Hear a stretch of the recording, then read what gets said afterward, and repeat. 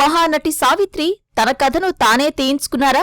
అవుననే అన్నారు ప్రముఖ నిర్మాత అశ్వినీ దత్. దర్శకుడు నాగశ్విన్ మహానటి సినిమాను తెరకెక్కించడానికి ముందు జరిగిన ఆసక్తికర విషయాలను ఆయన గతంలో ఆలీతో సరదాగా షోలో పంచుకున్నారు. అశ్వినీ దత్ ఏమన్నారో చూసేయండి. మహానటి అనే కథ ఆవిడ బయోపిక్ తీయాలనే ఆలోచన మీదా లేకపోతే మీ అల్లుడు నాగీదా? ఇక్కడ చాలా గమ్మత్ ఇన్సిడెంట్ ఒకటి ఉంది దీని వెనక. సావిత్రి గారితో మీకు పరిచయం ఉందా గురుజీ?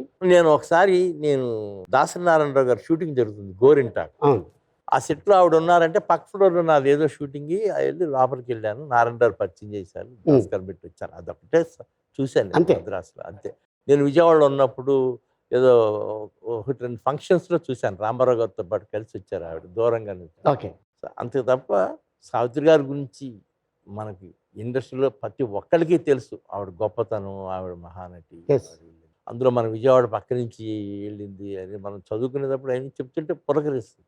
అది ఏమైంది రాము తర్వాత మన సినిమా ఎవడే సుబ్రహ్మణ్యం అయిన తర్వాత నెక్స్ట్ ఏంటి అని అడిగితే ఇయో 2 కథలు అనుకుంటున్నాను అని ఒక కథ ఏదో హీరోయిన్ ఓరియంటెడ్గా ఒక కథ.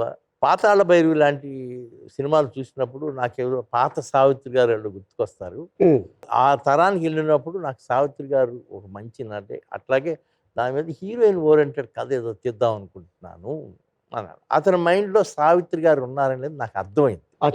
తర్వాత నేను వచ్చిన తర్వాత నా వైఫ్ వరప్రసాద్ రెడ్డి గారు శాంత బయోటిక్ వారింటికి భోజనానికి వాళ్ళు ఏంటంటే వాళ్ళ ఇంటికి ఎవరు భోజనానికి వచ్చినా ఒక పుస్తకం ప్రజెంటేషన్గా ఇచ్చి పంపిస్తారు. ఓకే. ఇల్లు లైబ్రరీలో ఎత్తుకుని మీకు కావాల్సిన పుస్తకం తీసుకోరా అని అంటే మా ఆవిడ అక్కడ ఏదో పైన ఏదో పుస్తకం కనపడి అది అందుకోవడానికి ఏదో ట్రై చేస్తే అది రాకపోగా దాని అనుకుమాల నుంచి సావిత్రి గారి బయో ఒక పుస్తకం జీవిత కథ వచ్చి చేతిలో పడి ఓహో ఇది బాగానే ఉంది, మనం సావిత్రి గారి గురించి చదువుకుంటే బాగుంటుందని ఇంటికి తీసుకొచ్చి చదువుకుంది. ఓకే. ఆ తర్వాత వారానికో 10 రోజులకో ఏదో డిస్కషన్ వచ్చి నిన్నే నేను సావిత్రి గారి కథ చదివాను, ఎంత బాగుంది, నీలాంటి తీస్తే భలే ఉంటుంది. ఎగ్జాక్ట్గా నేను అదే అనుకుంటున్నాను అత్తయ్య.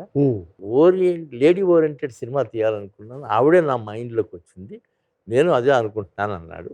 అక్కడి నుంచి కీర్తి సురేష్ ఈ సినిమాలోకి రావటం, అసలు మా ఆవిడ ఏదో పుస్తకం చదివి సావిత్రి గారి బయోపిక్ తీయమంటాం, ఇదంతా సావిత్రి గారు కావాలని చేయించుకున్నారేమో పైనుంచి అక్కడి నుంచి అని అనిపించింది. ఓకే.